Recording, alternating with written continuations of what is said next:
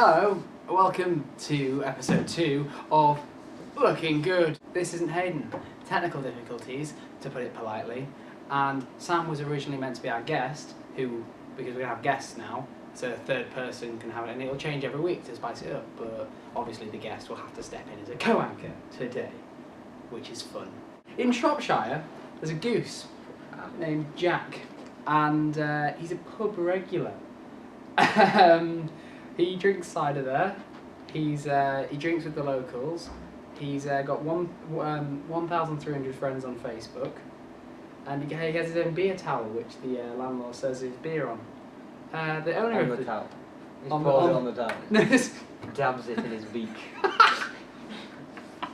So Miss Barnett, Jack's. Wait, a goose has got more friends than me on Facebook.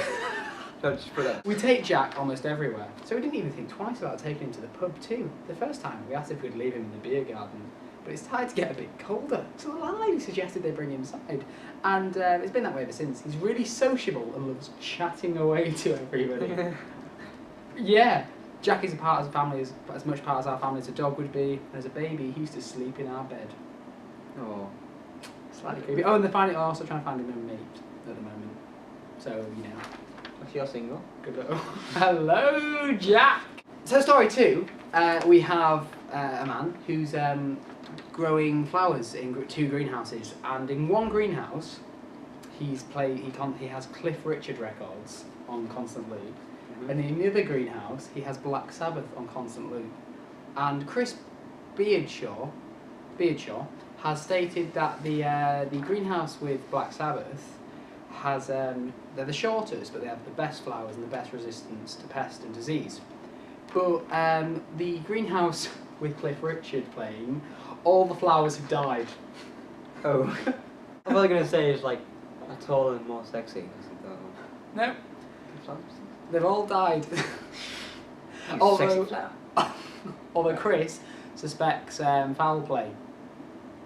Maybe someone has snuck in and destroyed Chris Richard's flowers. Probably a Black Sabbath. Black Sabbath member. There's like some sort of battle in the charts. When does that even come up in conversation? By the way, guys, just a query: does music about plants? No, it's talk about plants anyway. Also, Chris Beardshaw does not know whether he should blame Chris Richard or, you know, a scoundrel who sabotaged him. I blame Cliff. Yes, so do I. Boom. This is a story about a novelist, an experimental erotic novelist. Sounds excellent. Who apparently is taking work experience to the extreme by offering an intern the chance to begin a love affair. A love affair? A love affair. Get your love! A love affair with him for his new book. Unorthodox author Chad Leslie Peters. Chad! Chad. He scored a top 20 hit on Amazon with 2011 release The Affair, a 30-day experiment in love. Now wants to write a non-fiction sequel. But you can't. He's writing a non-fiction sequel to a fiction. Yeah. Right. Okay. Yeah. Anyway, posting on classified advertisements website Craigslist, the novelist explained he is seeking an open-minded female to help him with his unique project. I don't think he just wants open minds. No. He states, I am preparing to write the sequel to The Affair, and I need your help, he wrote. I plan on writing a non-fiction version of The Affair. The book will detail every aspect of a mutually agreed to a romantic affair between myself and a young female lover, perhaps you, experienced over 30 days, as in the novel. I will then combine your written thoughts with my own to present the reader with 2 versions of the same erotic story. He also requests that the participant, who will be chosen based on the email correspondence, is at least 20 years old and practices safe sex. Only. It's certainly imaginative, if not a little strange, approach to overcoming writer's block. Do you think he'd be interested in Jack? The Goose. Jack the Goose. 2 birds, 1 stone. Hey! Geese. Wet his bill. This guy is a genius, though. This guy is clever. He's obviously lonely. He's a successful man. He's like, how do I get someone? I'm going to exploit one of my only traits. Come on, ladies. I wonder what sort of people will reply, actually. Maybe he would accept under 20-year-olds, males, maybe. Craigslist, did you say? Yeah, Craigslist. Right, a Craigslist. Craigslist. Oh! Story. Set in London. Obviously, this week, the London Marathon. Not normally Marathon. Not normally a particularly happy story because, God, Jesus Christ, it's running for 26 miles. There's nothing happy about that.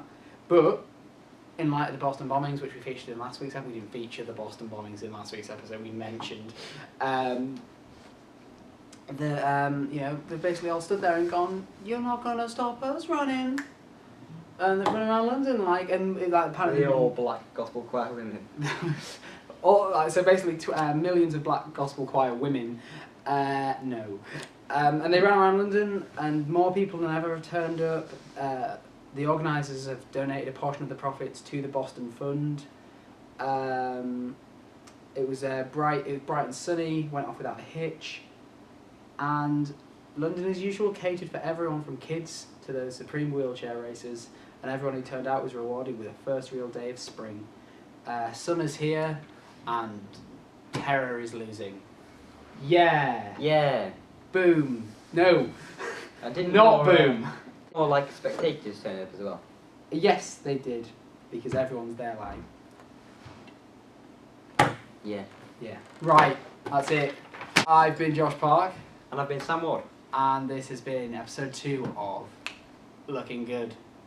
I'm on top of the world, eh? I'm on top of the world, eh? I've been waiting on this for a while now. A lamb. A lamb. A lamb.